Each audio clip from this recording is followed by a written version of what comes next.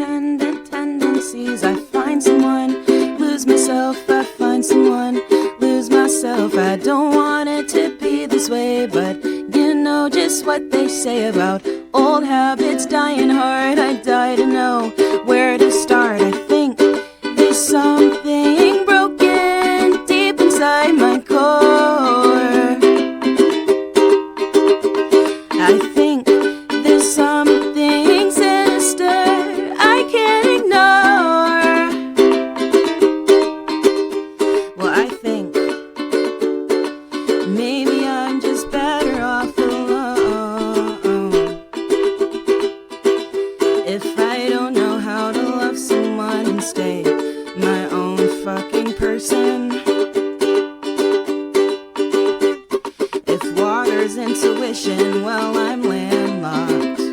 If love is like an ocean, then I'm lost at sea. If earth is connection, I'm an island.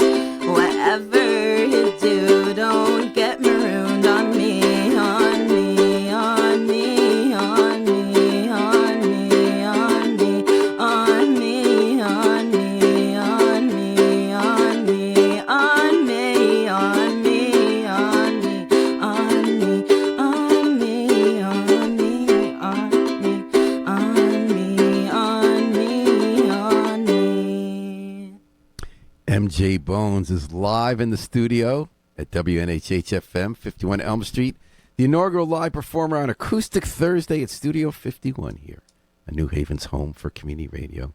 Welcome, MJ Bones. It's been so great to meet you this morning, and thanks for coming on the air to play some live original music.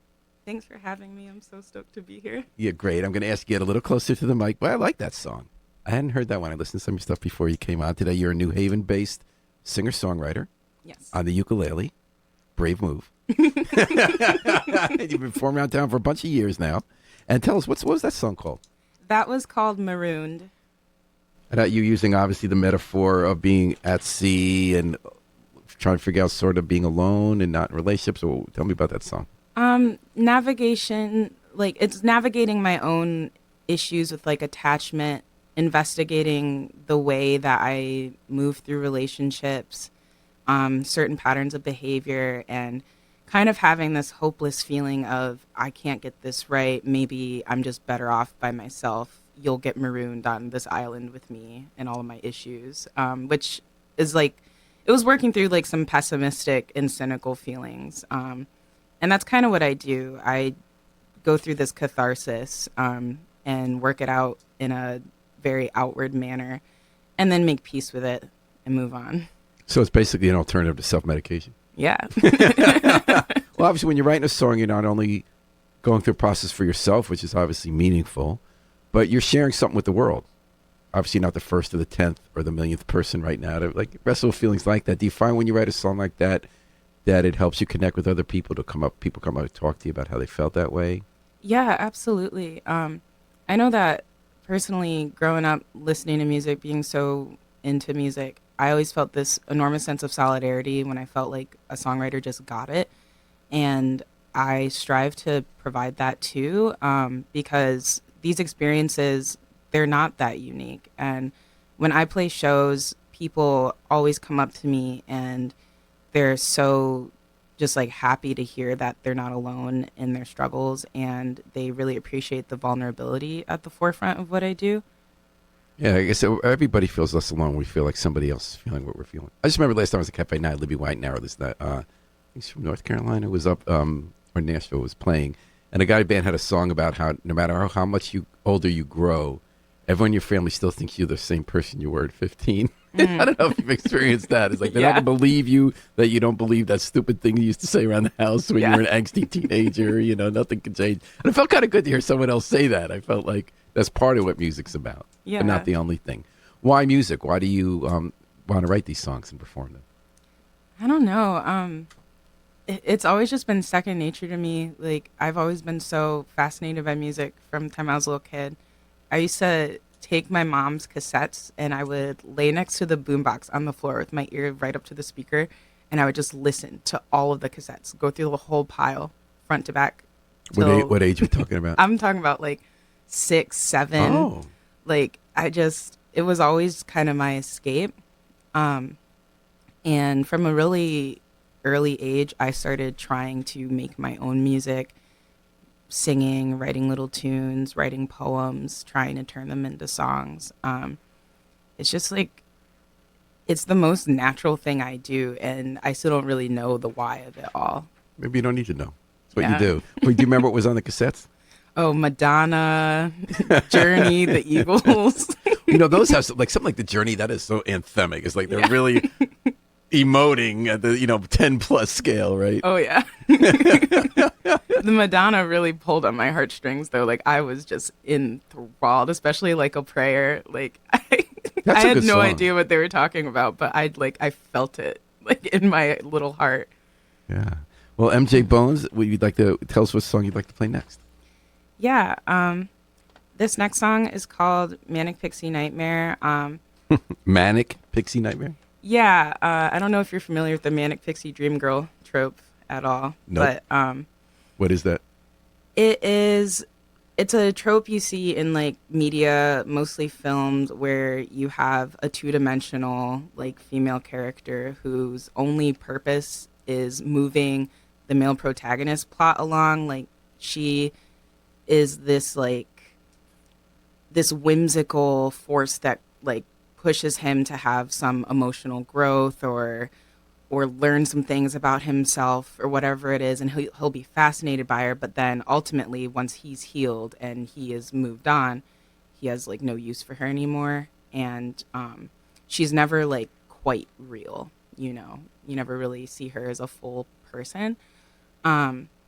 And when I wrote this song, I was kind of thinking about that and thinking about my own experiences with people like kind of idealizing me and not really seeing who I am as like a flawed three-dimensional being. And also thinking about how different versions of you are like cemented in people's minds, like no matter what, until the end of time. And that kind of drives me crazy sometimes. You kind of talked about it before where like people don't know that you're not that same 15-year-old anymore, So like just thinking about all the different versions of me and how they're all me, but also none of them are me. I Well, don't know. you got me totally primed now. I'm looking forward to hearing Manic Pixie Nightmare. All right, here it goes. MJ Bones on WNHH. If my lungs collapse, it'll be from trying to outrun the past. And if I turn to ash, don't scoop me up, just leave me right where I fell down. A gust of wind might spread me around, but not as thin as I'm spread right now. When I don't have a body, will I be missed by anybody? Or will they just talk about the mask? It's a fact that there's 100 different yous running around in people's heads. There's 100 different yous running around. What version of me are you seeing right now?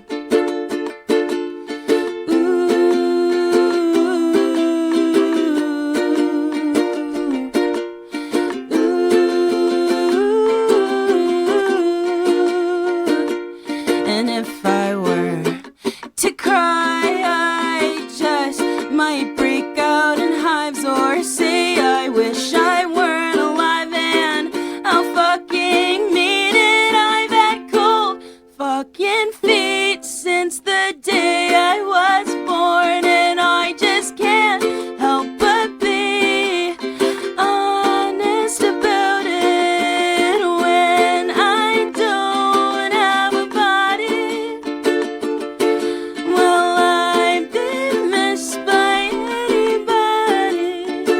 Or will they just remember the bad? It's a fact that there's 100 different yous running around in people's heads. There's 100 different yous running around. What version of me are you seeing right now?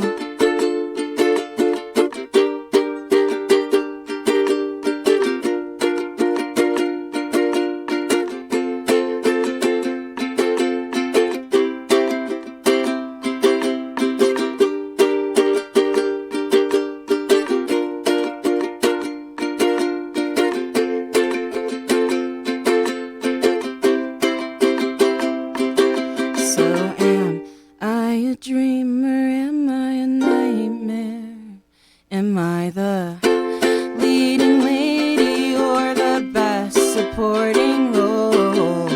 Who will I be when you can't project onto me? Who will you use to make yourself feel whole when I don't have a body? Will I be missed by anybody?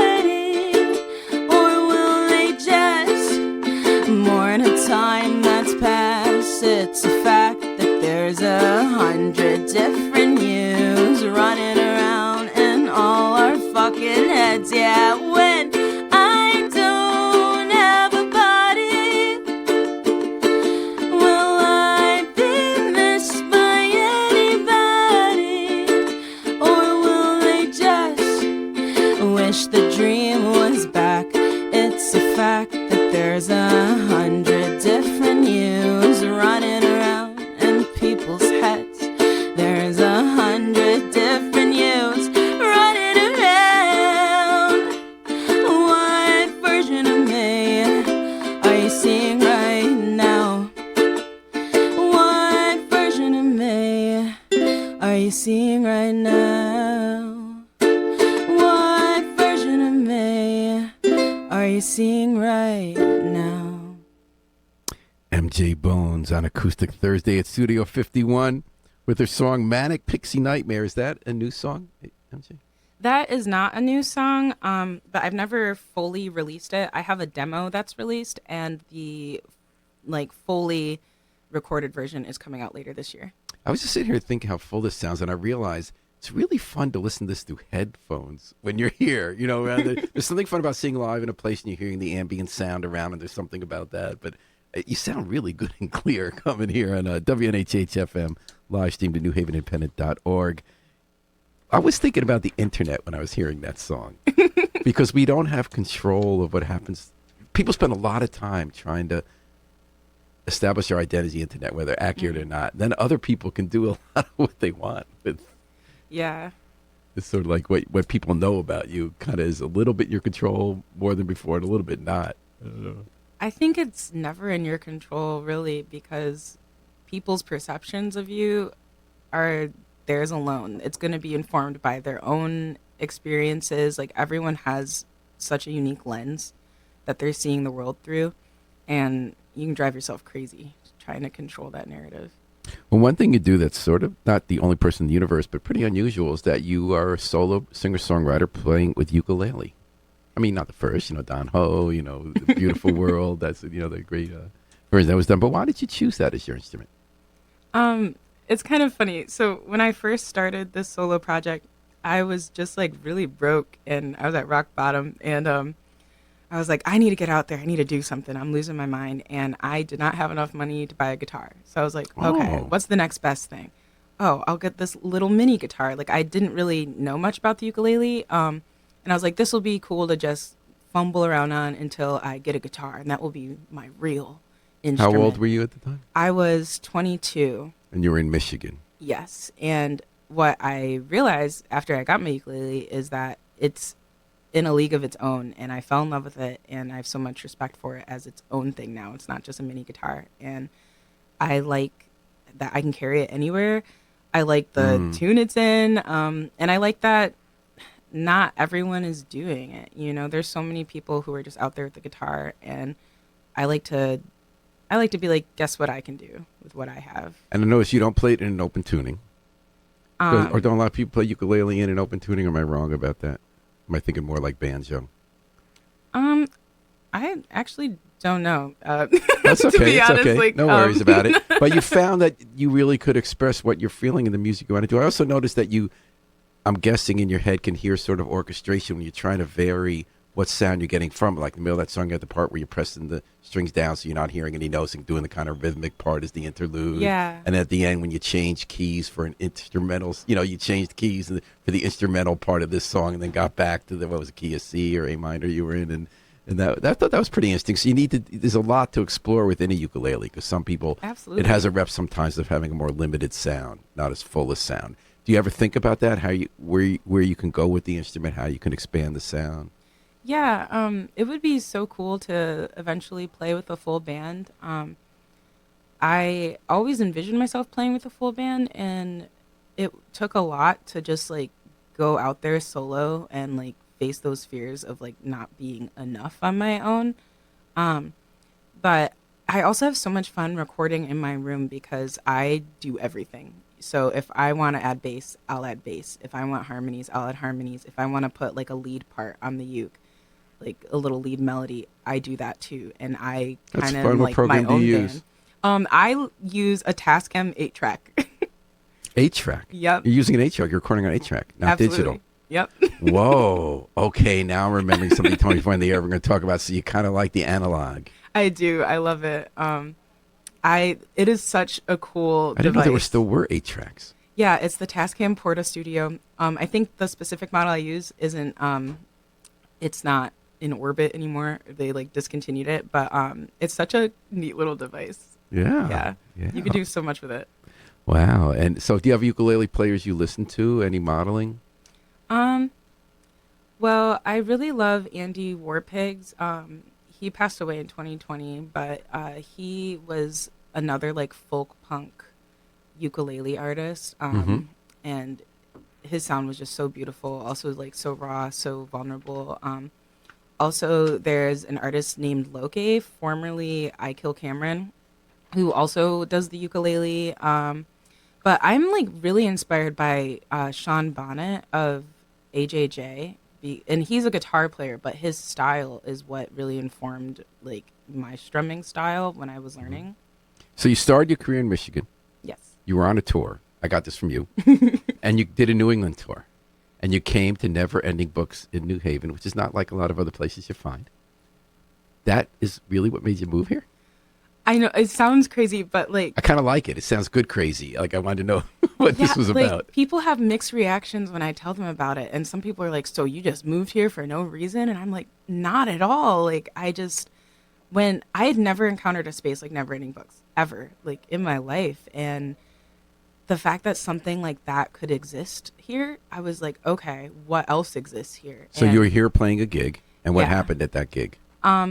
the gig was amazing. The turnout was beautiful. I met really cool musicians who were also on the bill. It was like during the fall equinox, and there was like a big like windstorm blowing leaves into the place. It was kind of spooky. Really into the place, Yeah, into the with that place, little like narrow doorway. yeah, because the door was just open. And when was this? What year? This was 2021. Okay, so people are Yeah, kind of emerging a little bit from the pandemic, a little bit. You know, they're getting out. yeah.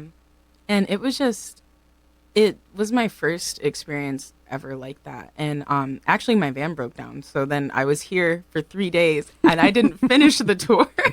Where were you staying for those 2 days? I was staying with these musicians who helped me book the show. They also played on the bill, and I just crashed with them for a few days. And they're actually who I live with now because we ended up Oh, fostering a really special friendship. that's so And nice. so, uh, And you said, "Hey, I'm broken down. I'm going to stay."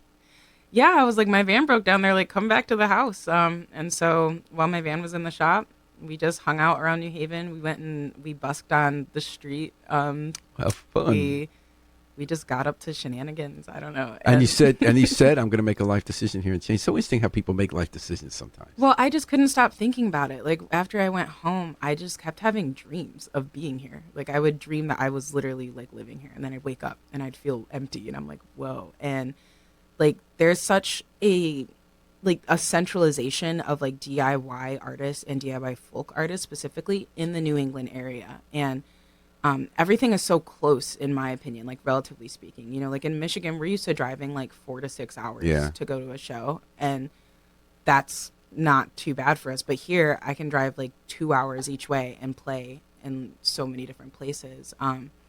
So So when did you make the permanent move here? 2022, All right. November 2022. I finally just took the plunge, came out here, and it everything has come into alignment for me since then. Like I love it here. I might be a lifer. I don't know. Like I hope so. You know, it's fascinating when I catch a theme a little bit when I'm hearing in your discussion and your songs is personal bravery, sort of. You know, when you're writing revealing songs in front of people that are vulnerable, that takes a little bit of courage. Sounds like you're trying to screw up courage to become like a performer with the ukulele. Maybe you made that decision. I'm just coming to New Haven because something, special, magical happened when I was here. Is that Yeah, is that a something theme of just sort of like pulled me. confronting challenging situations and stepping out, putting yourself out there? Yeah. Um, I don't know. I often feel like it's all I can do is just push forward. So it's not a choice. Yeah, like, cause what is the other option? So MJ Bones is here on Acoustic Thursday at Studio 51 on WNHHFM. You want to play us another song? Absolutely. Which one is this? Okay, so this is called Fuss. It's about wanting to get to know somebody, and the song I'll play after it is kind of like the B side to it when you actually do get to know them. So I'll start with Fuss though. A room, curtains drawn, your jacket draped over the television screen. You don't want anyone to hear or see you being vulnerable, chaotic or excitable. You said this is an audition. Is that why you're all nerves break a leg? Because you're up after this verse. The mystery of you and me. I like your energy, but you say we're on two different wavelengths, and I guess that's true. Nevertheless, I just wanna be close to you. A night in the dark, we're meditating. You don't wanna talk, but your eyes give you away, 'cause you are vulnerable, chaotic and excitable. If you could do it over and never leave the ground, honey, the lips, take a sip, try and wash all this down. The mystery of you and me. I love your energy, but you say we're on two different wavelengths, and I guess that's true. Nevertheless, I just wanna be close to you. There are things I wanna do, and I know you feel it too. You've been watching me, I know you like the view. You like me liking you. Nevertheless, so nevertheless, I just wanna be close to you.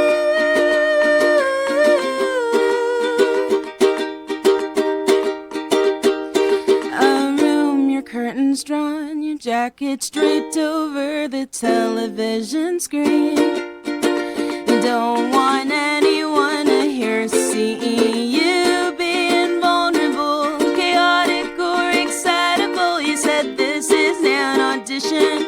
Is that why your old nerves break a leg? Because you're up after this verse. You're up if his verse means there's another song coming, right? Yes. MJ Bones, Acoustic Thursdays 251, her song Fuss. Well, it's been so good to chat and get a little bit. I want to not leave before we talk about something so interesting you told me about before we came on the air. You're talking about how you like the analog era, you used 8 tracks. I just kept remembering how when you listen to the 8 tracks, my brother and I was growing up in his car, the song would stop in the middle. I remember Led Zeppelin because you had so many different tracks. You had you're in the middle of like this really loud part, Jimmy Page is wailing away, and then like boom, and then you have to like start over, and then it would always break. I don't know about you with the 8 tracks, the tape would always break. You couldn't fix it. But anyway, you are doing vinyl Yes. in a really interesting way. Yes. Tell us about that. So, Least of All Recordings, they're this niche little label out of Brooklyn, New York. They specialize in direct-to-vinyl live sessions. So people who order a record choose a song from a list that I've provided, and I record it with a personal message for each person, and it gets pressed into a 7-inch lathe cut record. And they're one of one, so they're like super special collector's items. So you could order your own MJ Bones record. Yes, and only until April 22nd. That's how long the campaign is for. And on the 22nd, I go to Brooklyn and I record all of the orders. That sounds fun. How many you got so far? I don't know. I don't track that actually. Like they track that. So And how can our listeners find out if they want a personalized MJ Bones song? I have info on my Instagram, on my Bandcamp, on my Facebook, on everything. I'm on Instagram at MJ Bones Music, uh, and that's where I'm at on Facebook as well. And I have a link, and it provides like all the information that you need about the record. All right. We're going to ask you to take us out with one more song. I think you want to say thank you so much for inaugurating our live concert series on air, Acoustic Thursday. You sound like you've been up a long time. You're really all in. Anything else you'd like to tell us before you go on to the last song? Just thank you so much for listening, and I hope that you enjoyed today. Sure did. Yeah. And what's the last song, the B-side? This is called Maybe. Maybe.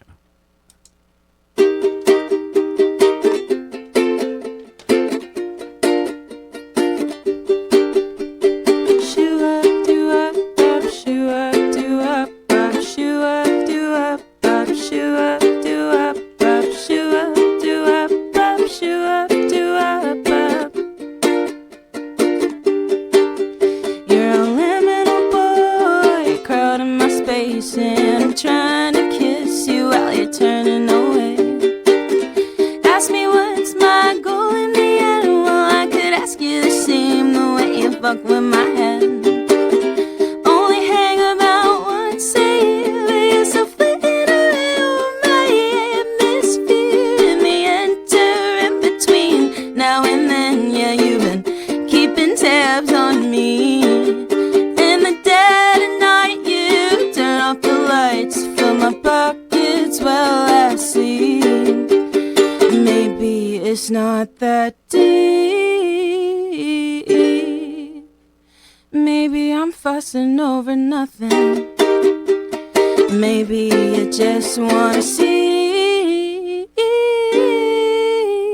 how much you can push my buttons. Seems like something you would do.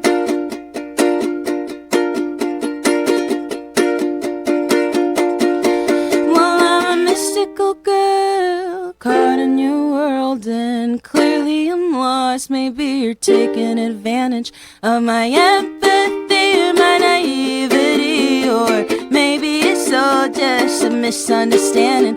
I'm not perfect either. I've committed my crimes, lost sight of myself. Well, my eyes on the prize.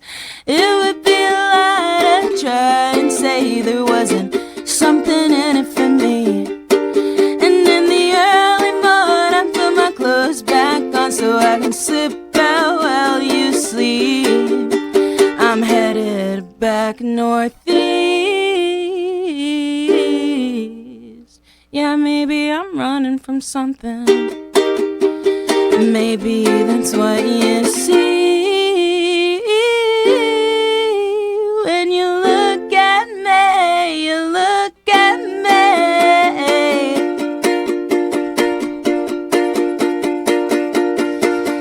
A room, your curtains drawn and your jackets draped over the television screen.